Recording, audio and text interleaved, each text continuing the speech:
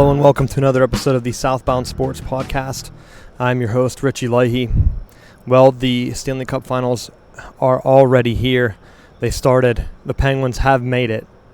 So being a Pittsburgh guy, it's good to see the Penguins make back-to-back finals, and hopefully they can go ahead and pull off a victory. They won Game 1. I think the score was 5-3 over the Predators. Now, Predators were the team that I wanted to go all the way if the Penguins weren't able to make it. And the reason I wanted them to go all the way was due to their mascot. So they have a mascot on Twitter who is trolling everyone. When they won the first series, the Predators that is, he went on, I think his name's Nash, Gnash, like you're biting because they're Predators. He went on Twitter and started tweeting at ESPN because no one had picked them. And it was right after the layoffs happened. And he came out with some savage remarks saying that maybe ESPN should fire all of their NHL guys because they didn't watch the games enough to know what was going on. So I found that pretty funny. And so I've been cheering for the Predators to go ahead and make it if the Penguins didn't. Well, now that the Penguins are here, it's looking like the Penguins, they just have too much firepower. And I think the last two series went to Game 7, and there's been some issues. I think Crosby was banged up the first series a little bit ago. Now that's back. But just overall, it looks like the Penguins have too much. I know they had toyed around with switching up the goalies, but I don't think that even has to do anything. So the Penguins, looking at it here, the first series they won 4-1. Then they went 7 games with the Capitals and 7 games with Ottawa. And those games, those series each included some blowouts, some high-scoring games by the Penguins. And if they can score, it doesn't matter how inconsistent the goalie is going to be, they're going to go ahead and win the series. And I think you saw that the first game. So it happened Monday, and there was a score of 5-3. And the Penguins were just all over the place. And the Predators couldn't go ahead and do anything. So it worked out pretty well for them in the grand scheme of things for how it turned out to possibly have an easy series. And I know no series in the NHL is easy, but the Predators were the last team in the playoffs. So they are basically, it's debatable, but they were the weakest team in the West in the regular season.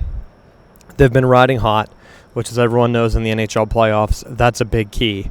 If you're a team and you can ride hot into the playoffs, there's a good chance you could go all the way. And so that's what the Predators are looking to do here.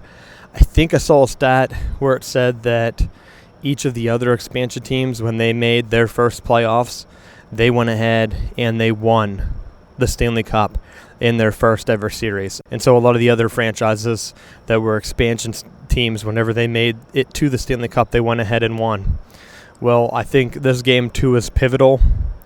If the Penguins are able to go ahead and get this one, we could be looking at a sweep. I know it depends on how bad they win Game 2. It's going to be happening when this posts. I have been out of town, so some of them, there's been an issue with posting, but that should be regular once I get back into our studio. Right now it's been kind of messed up and quick on the way it goes. But that's what we're looking at here and hoping to get that up and running soon and fixed up. So if you have any issues, just bear with us. Refresh. The podcast is still coming out every week.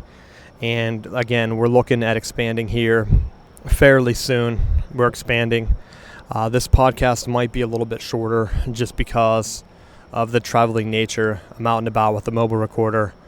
So you might hear some fans, some air conditioning and stuff as we're outside, some outside noises, and I apologize for that. But just trying to keep the episodes going on a regular schedule. We have been looking into, like I said, sponsorships. Those are well underway, and I'm hoping that those go ahead and get out there very soon. And I'll keep you up to date on that. And along with the expanding podcast, we are still on course to go ahead and expand in the fall in time for football season. It might be a little bit early, maybe around the All-Star break, but I'm assuming it's going to be around the beginning of August. The podcasts are in the middle of getting transitioned to audio only on YouTube in case that's the only way you can hear in your country. I know that some of the countries have like iTunes and stuff blocked due to copyright restrictions. So I'm looking again to expand and get out on as many platforms as possible and get the synopsis for each week up, those that are about caught up, and then we'll be running from there. And with the NHL playoffs also begins the NBA playoffs. The NBA playoffs have been largely boring as a whole. Not too much drama. I think there's only been a couple, I don't even know if any series went 7 games. Maybe 2, maybe less. Let's see if I can go ahead and bring that up. They're looking at just overall. So 4-game wins, so 1 Game 7. 2 Game 7s. So basically in the NHL side, the Penguins themselves have played in 2 Game 7 series. And in NBA, there have only been 2 7-game series total. In regards to that, the Golden State Warriors have swept every series that they've been in. So that's 3 sweeps by them. The Cavaliers have swept 2 series that they've been in. They dropped 1 game to Boston. Otherwise, that would have been a sweep as well. So the 2 most powerful teams are matching up in the NBA Finals. Is it must-see TV? I don't think it is. And I'll tell you why. Because if you're looking overall at a whole, the sport of things, it doesn't look like it's going to be something that is as compelling. I saw that right before I went in to record this, I saw that Paul Pierce had said, at least he said, I don't know when he said it, but I got an alert on Reddit saying that he had compared Kevin Durant going to the Warriors as a kid who's getting picked on, starting to be friends with the bullies so that he stops getting picked on. Basically, it's a good analogy, and I know some people fired back and they had some negative things to say, but that's basically what happened. He went from a team that he was the guy on to basically joining up with the bullies in the league, the best team, with Steph Curry and Klay Thompson out at the Warriors. Now, he could have went a different path. The Celtics were in the Eastern Conference Finals. Yeah, they only won 1 game. They didn't get swept, and they got Al Horford. But I remember the Celtics were going really hard after Durant. He could have came to the Celtics, been the number 1 guy, spelled Isaiah Thomas, had Al Horford. He would have had a big 3 basically with those guys, and he could have still had a chance to win the championship or at least go 7 games with the Cavs. But instead, he took the easy route, a team that already had big 3 and Klay Thompson, Draymond Green, and Steph Curry. And now he's basically in that upper echelon of their team, but their starting lineup is so good that the series isn't going to go ahead and be competitive from a whole, I don't believe. So I see the Cavs maybe getting a game or 2, but other than that, I just don't think they have enough. And this is where LeBron can really prove me wrong and shut up his doubters, some of the ones that say he's not like Jordan, by taking the Golden State Warriors. I mean, Jordan didn't really have a team that he went up against after the Detroit Pistons bad boys eliminated him early in his career. After that, it was smooth sailing in the finals. Now, when he left, that was what added to his mystique. He was able to go ahead, play baseball for a few years, come back, and still win the finals. That's why people consider him so great. It's kind of like the 6 years he played in a row, he won the finals. Well, now LeBron can prove his stature by beating one of the most stacked teams in the league. I don't want to say all time because I don't know too much about basketball history, but they are one of the most stacked teams. So on that side, in comparison to the NHL playoffs, the NBA Finals looks to be better. The NHL playoffs as a whole have been better. I don't think maybe the Nashville had a sweep, Anaheim had a sweep, and that looks like it's it. So there were 2 sweeps in the NHL playoffs. Every other series at least went a couple games extra, 5 or 6 games. A bunch of them went 7, like I had said earlier. The Penguins themselves were in 2 7-game series, the total of the NBA. I think actually maybe there was only 3 total, but that's still one more than the NBA, a bunch of 6-game series that the NBA didn't have.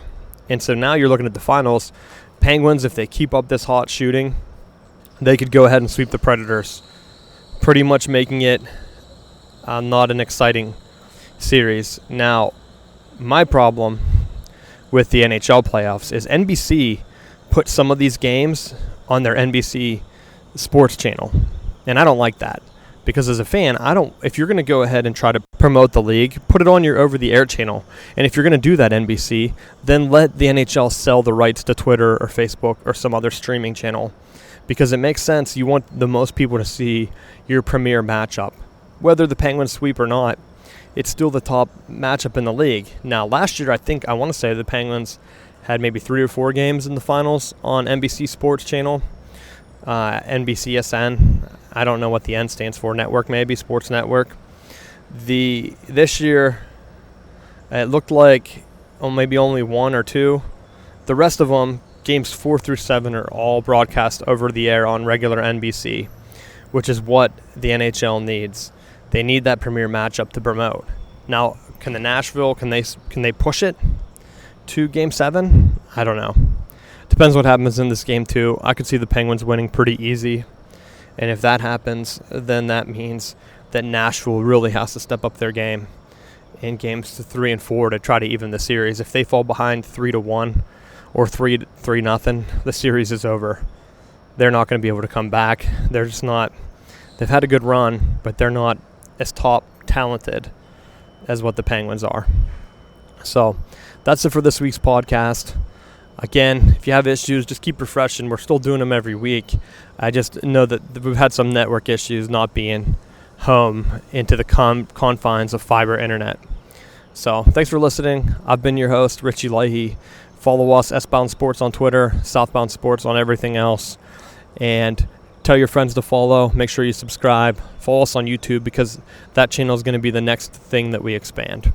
So I'll see you next week.